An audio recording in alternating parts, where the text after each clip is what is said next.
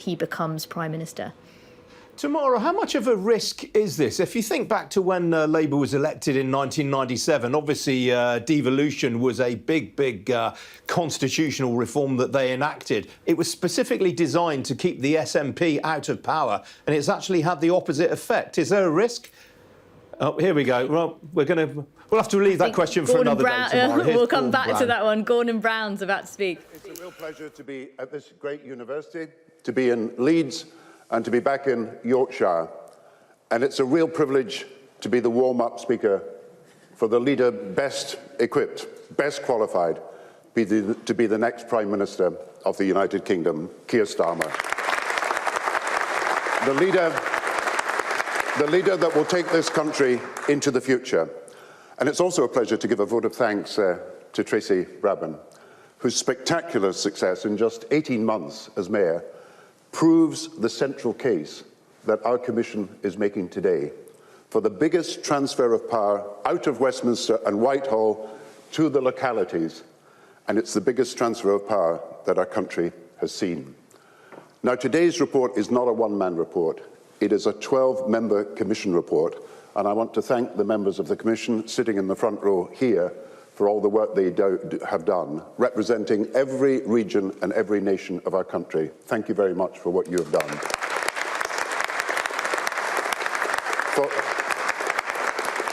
For today, what Labour is doing, we are ditching a century of centralisation. We are calling a halt to the over-centralisation of power at the centre that has brought us Conservative sleaze and Conservative scandal. And we're ending the long era of the man in Whitehall somehow knowing best. Now, start from our faith that instead of developing some of the potential of only some of the people in some areas of the country, we can create a United Kingdom that develops all of the potential of all people in all areas of the country. And identified in our report are 288 new economic clusters, 200 of them outside London, in digital, environmental, life science, advanced manufacturing and creative industries. These are the future engines of growth. They cover every city and every region. They are employment hotspots capable of creating tens of thousands of new high-paying jobs around our country. And we show today how mayors and local economic partnerships and local authorities can create the supportive local environment.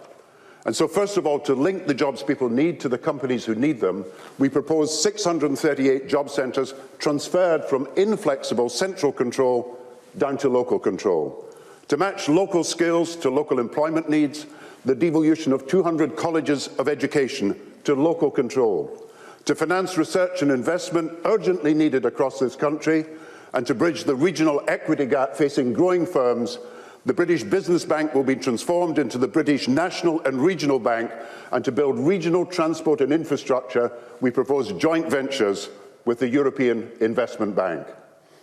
But to secure the irreversible transfer of wealth, income and opportunity that we want to see, we also need an irreversible transfer of power.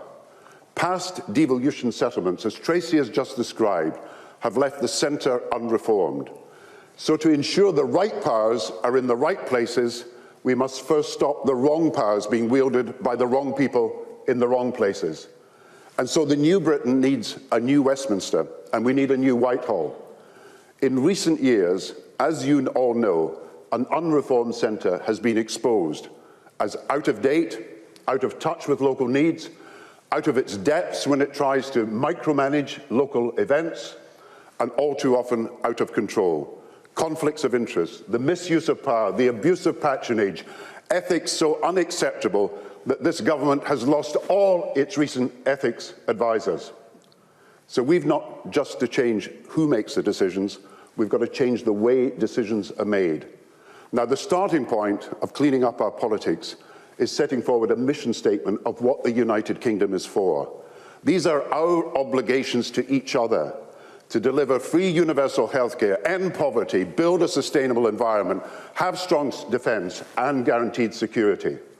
And with that are new rules so that public servants will always serve the public, enforced by an anti-corruption agency that we propose to investigate wrongdoing, guided by an Integrity and Ethics Commission, as proposed by Angela Rayner, for day-to-day monitoring of standards in public life, and so that it is clear that the era of self-regulation at the centre is over, a citizens' jury representing the public undertaking a regular review of standards in public life, backed up by a ban on all foreign funding of British politics and an end to MPs' second jobs.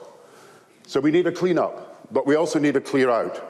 50,000 civil servants transferred out of London to save £200 million, and the first 12 of many agencies that are also candidates of dispersal to save millions of pounds more, to the benefit of all the proposals that Rachel Reeves is making. The replacement of the indefensible 830-member House of Lords with a smaller democratic second chamber, which would be an assembly of the nations and regions that would lose its right to delay ordinary legislation for a year but assume a new function to protect the Constitution. Our message is opportunities for all, unfair privileges for no one. And to ensure we work together in future, we're going to end the standoff between local and national politics with a new Council of the United Kingdom chaired by the Prime Minister to examine issues of common concern to all parts of the country. Now, in 2016, the British people were promised they would take back control. But it's not the people, but the old Conservative establishment that took back control. And millions of people, both Leave and Remain voters, still feel neglected, ignored, forgotten, invisible to the powers that be, and often left with the feeling that they're being treated as second-class citizens. So as we make clear, Labour is not the old establishment in waiting. It is a new government in waiting, ready to transform Britain. Now, after years of moving apart, devolution in Scotland, Northern Ireland and Wales, and then centralisation in England, we are now all talking about empowering local communities. And with a detailed plan to make the UK work for Scotland and Wales, as well as for the regions, we tell both yes and no voters that we can reunite the country. The issue now is no longer independence versus the status quo in Scotland, but change within the UK to benefit Scotland versus change by leaving the UK, which would do damage to Scotland. And so I believe today we can give people hope. Removing the dead hand of centralisation, we are proposing that there'll be a government not just of the people and for the people, but a government by the people. For there is a basic truth upon which we build all the recommendations of our report that you will see in detail today. And again, I want to thank all members of the Commission for the work they have done. Wherever you go in Britain, there is talent yet to be developed, ability still to be realised, endless potential waiting to be fulfilled. And conscious of this huge gap today between the Britain we have and the Britain we have it in our power to become, I look forward to a new Britain where there is equality in opportunity and fairness in outcome, a new Britain led by the Labour Party, a new Britain led by Keir Starmer, whom I introduce to you now. Thank you very much.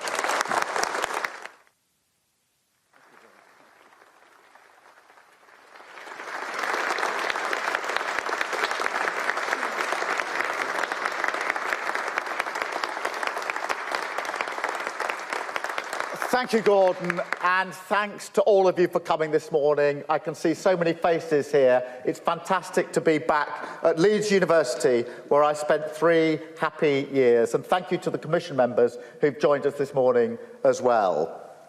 And thank you, Tracy. You're doing an incredible job here in West Yorkshire, protecting the safety of women and girls, cheaper and better buses, making this region a hub of green industry. But I know that you could do so much more. I know that businesses here, people here, communities here could do so much more. But you're being held back by a system that hoards power in Westminster, a system which smugly thinks it knows what skills, transport, planning and job support West Yorkshire needs better than the people who live here. I've long been convinced that this broken model has held back our politics and held back our economy. And I'm determined we unbind ourselves and free our potential. Britain is one of the most centralised systems in Europe, and the centre has not delivered. Now, I don't want it to fall apart. I want us to build something new. Anyone can see what's happening in the UK today. We have an unbalanced economy, one which makes too little use of the talents of too few people in too few places, and which the Tories have dragged into a vicious cycle of low growth and high taxes. Faced with this narrow path of stagnation, is it any surprise that people up and down the country are crying out for a new approach? Now, during the Brexit referendum, I argued for Remain. But I couldn't disagree with the basic case that lots of Leave voters made to me. They wanted more control over their lives, more control over their country. They wanted to create opportunities for the next generation, build communities they felt proud of, have public services they could rely on. And I know that in the Scottish referendum in 2014, many of those who voted yes did so for similar reasons. The same frustrations at a Westminster system that seems remote. The same yearning for the chance to build a fairer future for themselves and their families.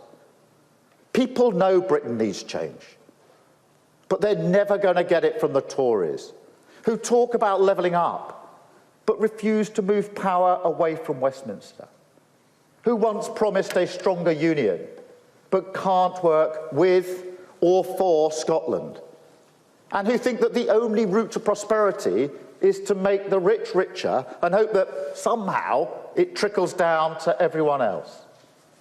To build the future our country deserves means change. It means higher standards in public life, a wider spread of power and opportunity, and better economic growth that benefits everyone wherever they are. No more navel gazing or facing inwards. Higher, wider, better. That is how Britain must set its sights. And I'm determined that with Labour, that's exactly what we will do. That's why I asked Gordon and the Commission to carry out a report on the future of the UK. I asked them to put together proposals for the biggest ever transfer of power from Westminster to the British people, so that if Labour wins the next election, Britain will see a change not just in who governs, but how we are governed. The tools to a fairer society and a stronger economy placed directly in the hands of working people. So together we can build an economy not just for the many, but by the many and of the many. Now, redistribution is a good thing, but it's not a one-word plan for a fair society or a strong economy. By empowering our towns, cities, regions and nations to work together on local growth plans, Labour will reignite our economy. New powers over skills, transport, planning and culture, all helping to drive growth by developing hundreds of clusters of economic activity. Labour will rebuild trust by reforming the centre of government, cleaning up sleaze, nourishing the relationship between central government and the devolved authorities, and replacing the unelected House of Lords with a new, smaller, democratically elected second chamber. Not only less expensive, but also representing the regions and nations of the United Kingdom. And Labour will reunite our country with new missions based on our shared values and priorities, cooperating to tackle climate change and addressing inequality, giving Scotland, Wales, Northern Ireland and the regions of England new status and louder, prouder voices in a reformed and modern United Kingdom. I want to thank Gordon and the Commission for their work. They've put forward a compelling vision of how we can break Britain's economic and political malaise, how we can restore trust to British politics, how we can offer a fairer, greener future to the whole of our United Kingdom. That vision is underpinned by serious and bold recommendations. And these will now be a matter of public consultation, so they can be tested, refined, and made ready for implementation. We will set out our final plans in our manifesto. And I invite everyone who wants to build that fairer, greener future to get involved. Whether you voted Leave or Remain, yes or no, live in a city or town, we will make common cause with you. Together we will forge something bold, something modern, something hopeful. Together we will build a better future. Thank you.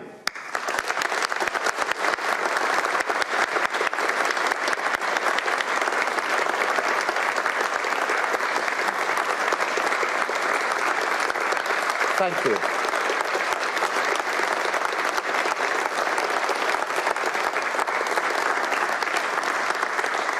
We're now going to take some questions from the media, and I know it's been a race with the trains to see who arrived and what order they arrived, but I'm going to do my best on who I know and think is here. Beth from Sky, can we take you first? I can see you've arrived safely. About got here. Keir Starmer, at a time when people are struggling to pay their bills, feed their families and are striking over pay settlements, you've produced a 155-page report talking about devolution, constitutional reform and abolishing the House of Lords. This might look to many people as completely out of touch, and you could look like another politician talking to Westminster about stuff that might never come to pass. Can you give me one thing in this report that would improve people's lives from day one of a Labour government? And if I may, to Gordon Brown, Nicola Sturgeon has declared the next election a de facto independence referendum. You talk about further devolution, but hasn't the horse already bolted? And do you accept that Scotland could become an independent nation in your lifetime or mine? Thank you. Beth, the complete opposite of the proposition you put to me. This is vitally important. If we ask ourselves in this room across the country, what is the single biggest thing that's holding us back, it's failure of economic growth over the last 12 years. I profoundly believe that amongst the causes for that is because we have not allowed and empowered every part of our country to play its part in building our economy. We've relied far too much on London and the South East. We have not let the whole country play its part. This addresses that question. And I can tell you, wherever I am across the country, whether it's Burnley, Hull, Blackpool, Stirling, Sunderland, Southampton, everybody I meet, and so do my shadow cabinet, they meet communities and businesses and people that say, we've got ideas, we've got innovation, we want our community and our place to be even better than it is. We just need a government that shares our ambition, shares our vision for the future. So this could not be more relevant. And, you know, I'm fed up to the back teeth with sticking plasters for the problems that we've got. The underlying problem is our economy isn't working. This is a strong, compelling set of recommendations that do what politicians have all agreed needs to be done, but nobody's actually done it, which is to be bold enough to say, well, we've got to stop those in Westminster and Whitehall pretending that they know best about the communities that desperately want to play their part in the future. We're going to transfer that power to them, rebuild our economy, and I don't think this is the complete opposite of a discussion in Westminster. It's accepting that Westminster is not the place for those decisions to be made. They've got to be made elsewhere. Gordon, can I bring you in on the second element of that? Just as in 2016, a lot of people voted for Brexit because they thought that was their only chance of change. In 2014, a lot of people voted for independence because they thought that was the only change on offer. We are changing that entirely today. We are breaking new ground. The ground on which the battle is fought in Scotland is changing forever, because what we are saying is we are offering change within the UK that will benefit Scotland, as against change by leaving the United Kingdom, which we think will do damage to Scotland. And that's going to be the debate from now on in, not change, not independence versus the status quo, but change within Britain versus change by leaving Britain. And the measures, of course, we're putting forward to give more power to Scotland and to Wales and to the regions and localities and communities of England all go hand in hand and are in the same direction together. So when you come to the next election, it may be that the Scottish National Party will have a one-line manifesto and want a one-issue general election. But I tell you this, we have done a huge amount of research on Scottish public opinion, and people want a better health service immediately. People want living standards improved immediately. People want jobs for young people immediately. People want better housing immediately. And people, of course, want change in the way that we are suggesting immediately. And that's going to be the issue on which we fight. We are offering a plan for economic, social, political and constitutional reform, not a one-issue election. Thank you.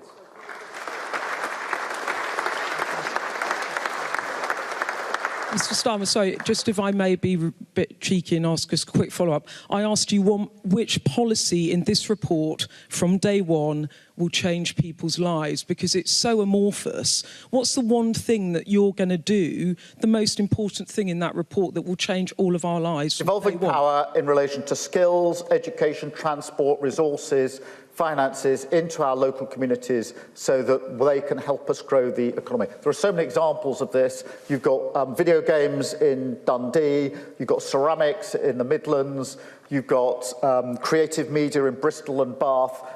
Hydrogen could be what the North East revitalises around. There are so many examples. I think we've got 288 economic clusters. If we were able to transfer power in this way and get those clusters to operate, it would bring about a huge change everywhere, including here in Leeds. That would, if we were to turn around our economy, or begin to turn around our economy, it would have a massive change. All these issues about the cost of living and the strikes, all the things you ask us every day, have one common cause, and that is our economy is not working for everyone in this country. It is the mission of the next Labour government not only to fight the election on that issue, to win it, and to bring about the change that we desperately, desperately need in this country. Chris.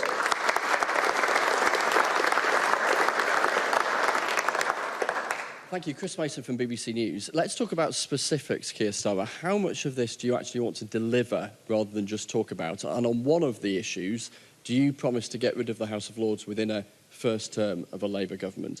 And what do you say to those who are struggling to pay bills at the moment, who are worried about the strikes coming up, who hear this morning and just think it's a bit high-minded and academic?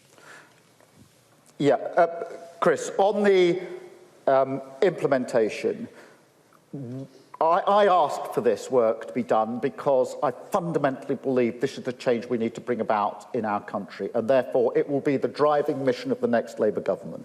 We now arrive with a report and with recommendations. And when we set up the Commission, Gordon and I talked about the terms of reference, and in the report itself, I wanted, and the report delivers, recommendations capable of it being implemented within the first 5 years of a Labour government. So very clear about that. We will now have a period of consultation to refine, to test, but also to make sure that we can answer the question, when and how are you going to implement? And if you're going to make such a big transfer of power away from Whitehall to lots of places across the country, then we obviously need to have that discussion about how is that going to be done, because this is not going to be a talking shop. The reason we're doing the consultation now, between now and drafting the manifesto and before the election, is I don't want to do the talking afterwards. So we're not going to be consulting when we're in power. We're going to be delivering.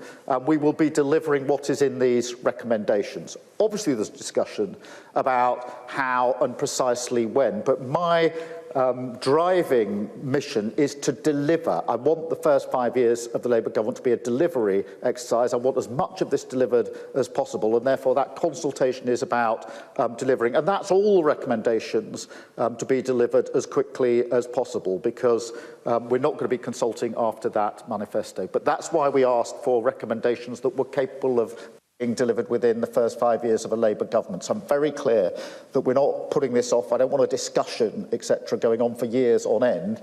I want to see the change, because I think the change not just economically, which I was concentrating on in Beth's case, but also politically. You know, so many people in this country feel they are not being heard. They can't influence the decisions. That other people suggest that they know better about the things that are local to them. And we need to break that model and to break it for good. So we want to get on to deliver this. That means this is a first-term agenda. Can I, on your second point, Chris, look, whenever any politician sets out an answer to the underlying issue, the medium and long term, every journalist says, but I want an answer to what's going to happen in the next few weeks. And we go on and on and on. We've been doing this for 12 years. What are you going to do about the NHS winter crisis? We need more people in the NHS. Don't want that answer. It'll take too long. Tell me what you're going to do this winter. And then we go on, spin forward 12 months. Next question. What are you going to do about the NHS? We need more people. Don't want that answer. That's medium term. What are you going to do this winter? Same on energy. What are you going to do on energy? We need new renewables. Don't want that answer. It takes too long. What are you going to do this winter? Same on what are you going to do about the economy? We've got to fundamentally change it to make sure it works for everyone. Don't want that answer. Tell me what we can do this winter. We will go on with this sticking plaster approach forever. We've been doing it for 12 years. It's one of the reasons we haven't got anywhere. So I'm not going to shy away. Gordon is right. We do need to answer what are we going to do about energy prices. We've actually answered that question, took a lead to say freeze energy prices, use the excess profits of oil and gas companies to pay for that, etc. We've answered the question about what are you going to do with the NHS by saying what we do immediately and what we'll do in the longer term. But we can't keep shying away from this or pretending.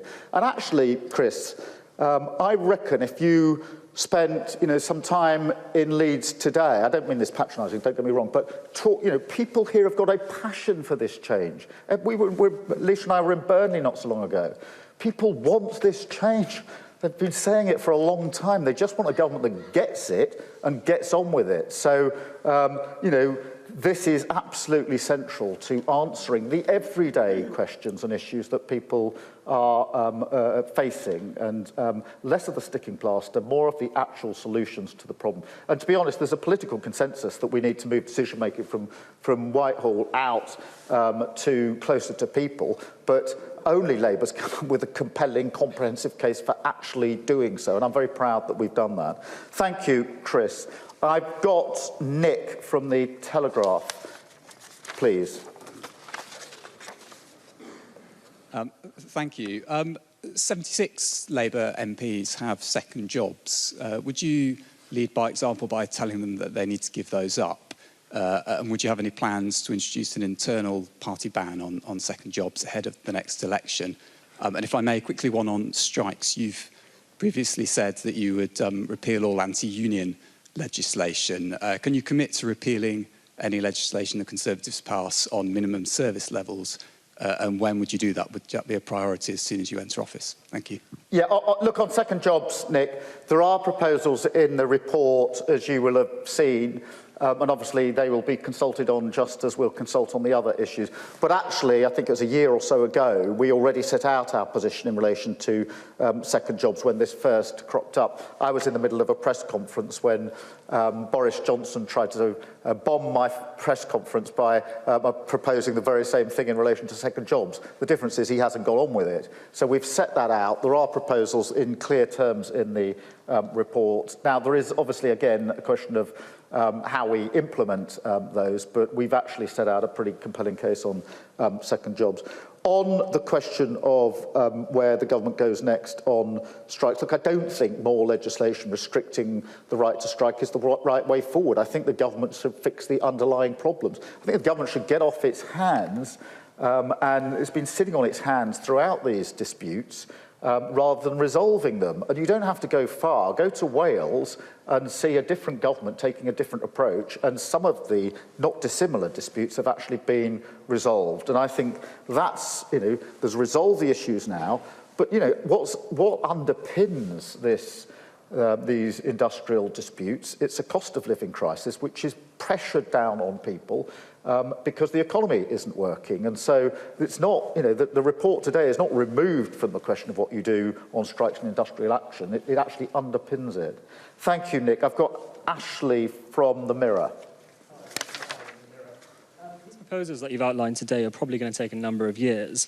Would you commit to abolishing the hereditary peer position in the House of Lords within the first few weeks of taking office? I mean, surely there's no need for a consultation on that issue.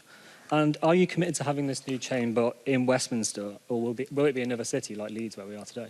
On hereditary peers, I mean, the sooner we can abolish them, the better. I think the last Labour government went further than any previous government down that road, and I'd be surprised if there's anybody that could make a halfway sensible argument for hereditary peers. So, of course, that needs to be done. But, you know, what I would say, Ashley, is the House of Lords reforms within this report are really important, but they've got to be seen as part of the much wider package of devolution of power away from Westminster and Whitehall to communities, both politically and economically. And that's the driving issue that goes through this report. That was the central thing that I wanted answered. And the House of Lords reform is part of that, because I don't think you can have a serious discussion about the future of the UK without addressing the House of Lords, which is not capable of being defended, in my view.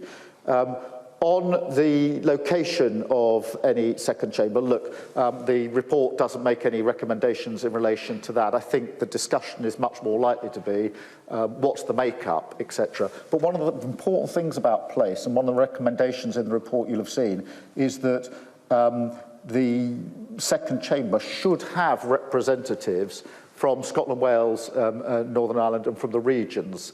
Now, that's not to create new posts, it's to make use of what we've got. And I think that is very, very important. Hardwiring a stronger voice for Scotland and Wales and for our regions and our mayors in the arrangements that we'll put in place through a second chamber. Thank you, Ashley. Jen from the Financial Times, I'm hoping, has made it. Yes. Thank you. Just on the Council of Nations and Regions, there seem to be a few different versions, possible versions of that in the report. I think there's a Council of England, a Council of the UK, Council of Nations and Regions. I just wondered what your preference would be. What would that look like in practice? This is on the body that would be like a body that would draw together different parts of the country to consult. Yeah. I mean, I'll bring Gordon in on this, but just to be clear, they're not alternatives. They work differently. So the Council for the Regions and Nations brings together the representatives of the regions and nations. The Council of the Nations is effectively to take over from the joint ministerial group, which didn't work very well. And the Council of England is to deal with regional representation in England. So they're not alternatives. These are not new politicians that we're inventing, by the way.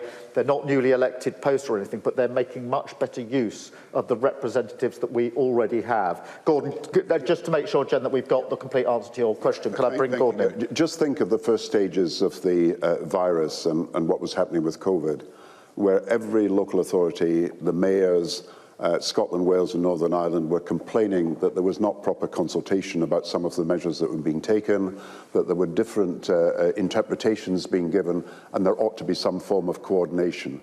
And what we're really saying is, whether it's that, or whether it's dealing with the environment, or whether it's dealing with some of the economic issues that come up, we should have the ability and capacity for all the key players to meet together at a council chaired by the Prime Minister, and that would be Keir Starmer, in my view and my hope, and with an independent secretariat to bring together the agendas of the different bodies that make this up. So the Council of the UK would be the Scotland, Wales, Northern Ireland and the UK government. It would sometimes meet as the Council of the Nations and Regions with the different regions of England. That would have been far more relevant when we were dealing with COVID. But sometimes there's just distinctly English legislation, and it would meet as a council to look at English legislation or English practices and procedures. So it's really one council with three different forms of meeting, chaired by the Prime Minister. The Welsh First Minister, Mark Drakeford, you may remember, complained that he'd written to the Prime Minister, Boris Johnson, at the start of COVID, and he hadn't even had a written reply. Now, these are the things that should not happen. If the United Kingdom is going to work well and is going to work together, we need to have a form of consultation and coordination, and that's what the Commission, and the Commission was made up of every region and nation, and you can talk to all the members who are here today. That's what we recommend, and I think it's the only way forward for Britain.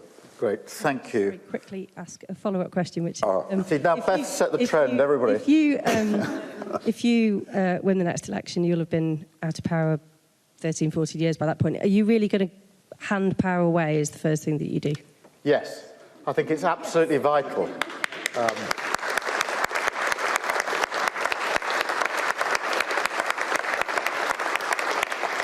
But I don't see it as handing power away. I see it as putting power where it should be. And I think that's very, very important to say, because we're only going to repair our economy, repair our politics, if we recognise that decisions about communities and places are best made by those with skin in the game. So it's not about whether we're giving our power away, it's recognising where power properly should be. I've got Amy from Global Radio, I hope. Hi, yes, thank you very much. So improving rail and transport links in the north is the key to devolution. If you were to become Prime Minister, what's the first thing you would do to make our trams, buses and trains better? Well, firstly, keep our promises, put the resource in, and also give more power to those in the locality to make key decisions. I feel very strongly about this in relation to buses, because we all talk about trains a lot, and for good reason, not least this morning. But actually, the vast majority of people, or many more people, go to work, get around on buses. And what you've seen with our metro mayors is the shaping of the future of our buses in relation to fixed prices so that people can actually afford, and some control over the routes, so you don't just get buses, hundreds of buses going on the most profitable route and no buses going to the route that maybe isn't the most profitable. So there are key things we can do straight away. I do want to bring Tracy in on this, because I've been on one of Tracy's buses here in Leeds not long ago, and it would only be right that she brings in to say what she's doing on buses, which is greening buses, but also the ambition in relation to prices and routes. Thank you. And thank you, Jen, for your work focusing on buses and trains and making it really important. Look, we all know that particularly in the north, that the train network is broken, but 80% of those on public transport travel by bus. It's really important in a cost of living crisis to reduce the fares. Now, I've been able to do that, but I don't have control over the networks. So while I've been reducing fares, I have companies running for profit that are pulling out routes. So people are saying to me, oh, it's all right, Tracy, a cheaper fare, but there's no bus for me to get on. So I don't have those powers and that control. And when corralling the northern mayors to talk to the transport minister, we represent 9 million people, and our train network is broken. Our bus network is run for profit. This is not good enough, and that's why I am so delighted to be here today, because for the first time, it really feels like we are being heard, particularly in the north, that we don't have to go cap in hand to government time and again, because when we get a Labour government, we'll have colleagues who understand that if you give power to those who understand their communities and what needs to be done, then we can bring that change and that economic recovery for the whole of the country. Buses are really important, and it seems like I am the bus queen now, so I do travel on buses actually, and a gent the other day said, hey Tracy, hey kid, I voted for you because you're one of us. And I think people in power also need to live like the people that they represent as well. So I think it's good that you brought it up. Thanks, Jen. Thank you, Amy. Just one more question, focusing on Yorkshire again. You talk about developing clusters of economic activity. How will this affect Yorkshire? What will happen here? Oh, well, I mean, Tracy can come in on this as well, but Leeds, health tech, fintech, Leeds has got really good hubs here already that we can build on and build out to other places across Yorkshire and beyond. And what that gives is the rightful ability for communities, businesses, partnerships to help us grow the economy, starting in their place, and also giving an identity to place, whether it's health tech here, fintech here, or whether it's hydrogen on the northeast coast.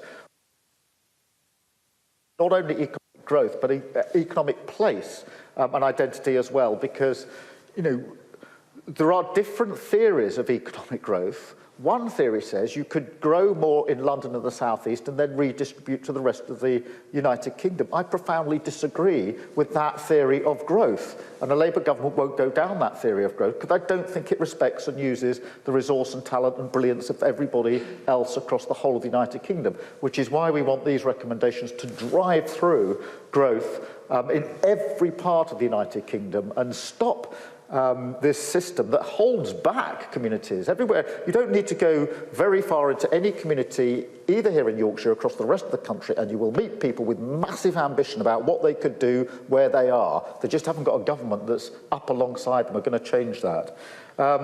Now, Mason from the Yorkshire Post. Mason. Thank you. In terms of specifics of how this is actually going to work for Yorkshire, a one Yorkshire devolution deal is something that's very popular in your own party and in the region. Is this something that you're ruling out in the consultation? Because it sounds like you are when you say you don't want to redraw any boundaries or take powers away from existing mayors and areas. I'll bring Tracy in on this.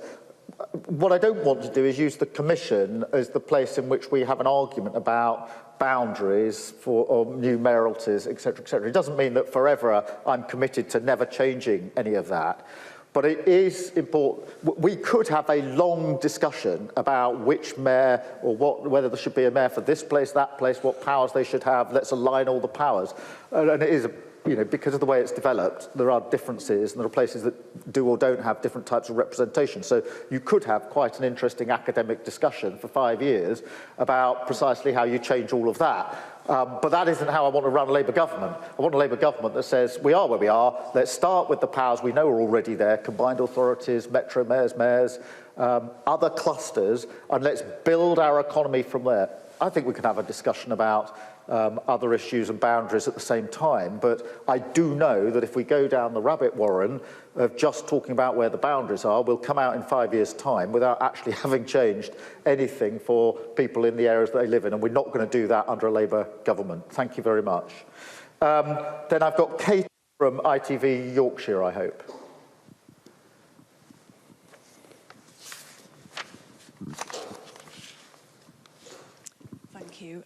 Yeah, there are many people in Yorkshire who've already welcomed this notion of more powers, but with that has to come more money to implement significant changes. Where, particularly at this time, where on earth is that going to come from? Well, Katie, what we want to do is to make sure that resource as well as power comes out of Westminster and Whitehall, and that does mean control over the money as well as the decision making. There are a number of different ways that can be done. They're set out in the report, including the fact that quite a lot of money at the moment is in silos, and therefore there's no sort of horizontal thinking about how you can join money up, and they're controlled in the centre. And therefore, you could almost sum up the government's Levelling Up project as, sitting in London with a pot of money, inviting people to bid into the pot, and then to decide along government lines who's going to get any money. I think that's completely wrong. We've got to be brave enough to put the money there as well. Gordon, did you want to come in on that? No, I think you've summed it up, to be honest. Good. And then Gemma from Radio Leeds. Yes. Thank you. When it comes to the extra powers for mayors like Tracy Brabin and Oliver Coppard, what exactly are we talking about? And also, when it comes to these economic clusters, are you not sort of encouraging mayors and regions sort of pitted against each other, chasing that investment? Gemma, in terms of what would be devolved, what would the power that we're seeking to transfer, all of that is set out in terms in the report, but it's control not just over resource, it's control over housing, better control over transport, better control over skills, better control over further education. There's plenty in the report of examples of where we feel the decision should be made closer to where people are. And that's why that's why we build it as the single biggest transfer of power away from the centre to the places where decisions, I feel, ought to be made. On your second point about competition, quite the opposite. hardwired into this report is the word cooperation. And different areas cooperating with each other. I think that's what happens in the real world. I think that's the way that, you know, if I came to the Yorkshire Post Fastest 500 awards 2 or 3 years ago, and I was really struck by the 50 fastest, growing country, businesses in Yorkshire, all different businesses, all doing different things, but actually able to complement and work with each other. And I think there are examples of that across the whole of the United Kingdom. So cooperation is hardwired. You know, I think the sooner we can go down this path, the sooner we can actually start delivering. It is the complete opposite of a pot of money being held in the centre where the government says, you tell me why you should have that money and I'll decide and I'll pit you against each other. You bet I will. And, you know, this is the complete inversion of that, if you like. If I could just add here, I think I want to emphasise that when we were doing our work, we were looking at the economy of the whole of the United Kingdom and how it was changing. And we were finding that in different areas around the United Kingdom, including in Leeds, right across Yorkshire, but right across the different parts of the country, there were new innovative companies, new technologies being developed, sometimes out of the universities, sometimes out of bigger companies becoming smaller companies coming out of bigger companies, but needing support. And they needed support at the local level. They needed support to meet their training needs and the skills that they wanted. They needed support with research and development. They needed support with infrastructure, transport, and all these arrangements being suitable for them. And this is not happening at the moment in the way it should and at the level that it should. So we identified 288 different hubs of economic activity around the United Kingdom. And we thought if the mayors and the local economic partnerships could have the powers to develop the training, the skills, and also to back them up with research, investment and infrastructure, then they would be in a far better position to expand and create the jobs of the future. Now, if we'd been talking 20 or 30 years ago, we might have been talking about British Steel, British Coal, British Telecom, British this, as the big creators of jobs. We're actually talking about innovative industries in every part of the country, in the new technologies, digital, creative, also in life sciences and medicine, where the enormous potential for breakthrough and Britain to be one of the world leaders, coming not out of London, but out of all the different parts of the United Kingdom.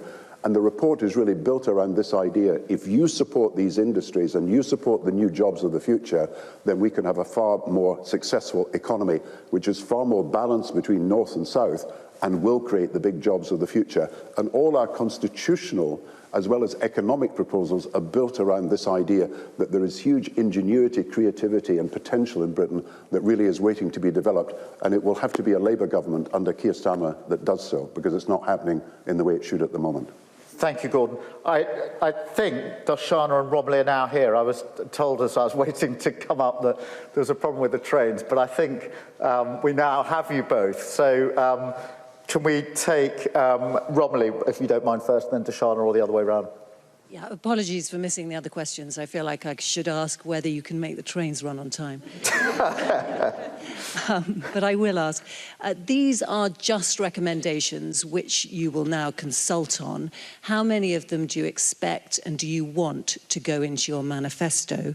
And do you expect to implement the notoriously difficult House of Lords reform in your first term? Yeah, Romilly, thank you for that. It has come up, but it's still, you know, a very important question. So I asked for this report, for this commission to be set up, for this report to be prepared, and I'm really pleased with the recommendations that we've got. It's true that there will now be a consultation on refining and testing and how we implement them, but I made it clear to Gordon and Commission when we started, and it's within the report, that we wanted recommendations capable of being implemented within the first 5 years of a Labour government.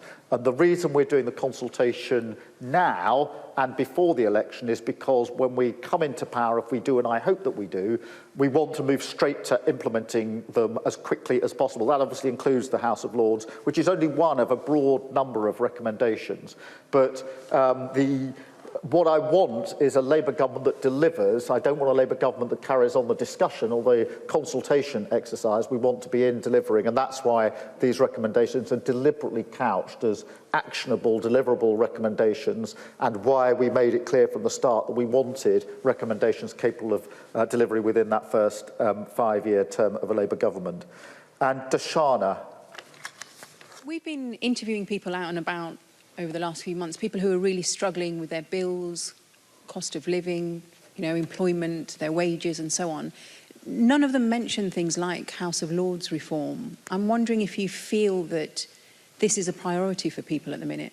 Well, the House of Lords reform is one of a huge number of recommendations. What's driving the report, what drives me and what will drive the next Labour government is fixing our broken economy and fixing our broken politics. And this report is central to that. Of course, we all know there's a cost of living crisis. Of course, we all know that energy prices are too high. Of course, we all know that the NHS is already in a winter crisis. But underpinning all of that is 12 years of failure when it comes to the economy, 12 years of failure to grow the economy at any significant rate. And we've got to fix that. And I genuinely believe that holding us back is the fact that we don't use all the parts of our United Kingdom to help grow our economy, that too much reliance is on London and the South East, and this is not about putting down London or the South East, it's about empowering the other parts of the country. So, and I genuinely believe, not just because, I'm saying it theoretically, I and my shadow cabinet spend our whole time out of London across the country in different communities. It's much more useful than being in Parliament half the time. And everywhere I go, it's the same, Leeds or wherever it is, it's the same story. Ask any community whether they've got ideas, ambitions for where they are, where they live, and the change that they think could be brought about. You bet they have. There's no shortage. If you take your crew out, come with us on one of our sessions where we ask people, what are your ambitions? Well, there we are. We're going to grab a word with Sky's political editor, Beth Rigby, who's been watching this event in Leeds for the last hour. Beth, has your pulse been racing at all of that? Ian, so it's hard to hear you because Keir Starmer is just wrapping up this press conference here in Leeds. What are they doing? It's a 155-page report about the UK's future. It's all about, to quote the party leader, about devolving power from Westminster and fixing, to quote him, our broken economy and our broken politics. It's a report commissioned by Keir Starmer. It's just wrapping up now. Commissioned by Keir Starmer, written by Gordon Brown. It's taken 2 years, and there are absolutely tons of recommendations in it. And I guess the big question in this room was, it's all good to talk the talk, but will you walk the walk? What will you actually implement? Well, the main strands of it is devolution, about passing power, economic power, tax-raising power from central government to local government to the English mayors, and also to devolve governments in Scotland, Wales and Northern Ireland. And then, of course, constitutional reform. Lots of questions about would Keir Starmer abolish the House of Lords, replace it with an elected chamber in his first term. He says that's his ambition. But really, the question, I think, really is how relevant is this to people struggling with the cost of living. He says we have to fix the economy to fix the struggles of everyday lives. I wonder how it will land with a public with far more pressing demands at the moment. Thank you, Beth. That's it from me for today. I'm very, very sorry that the business news got completely eaten into by the politicians. I'm back tomorrow morning at 10 o'clock and we'll try again then. Stay tuned for the rest of the morning's news after this short break. Cheerio.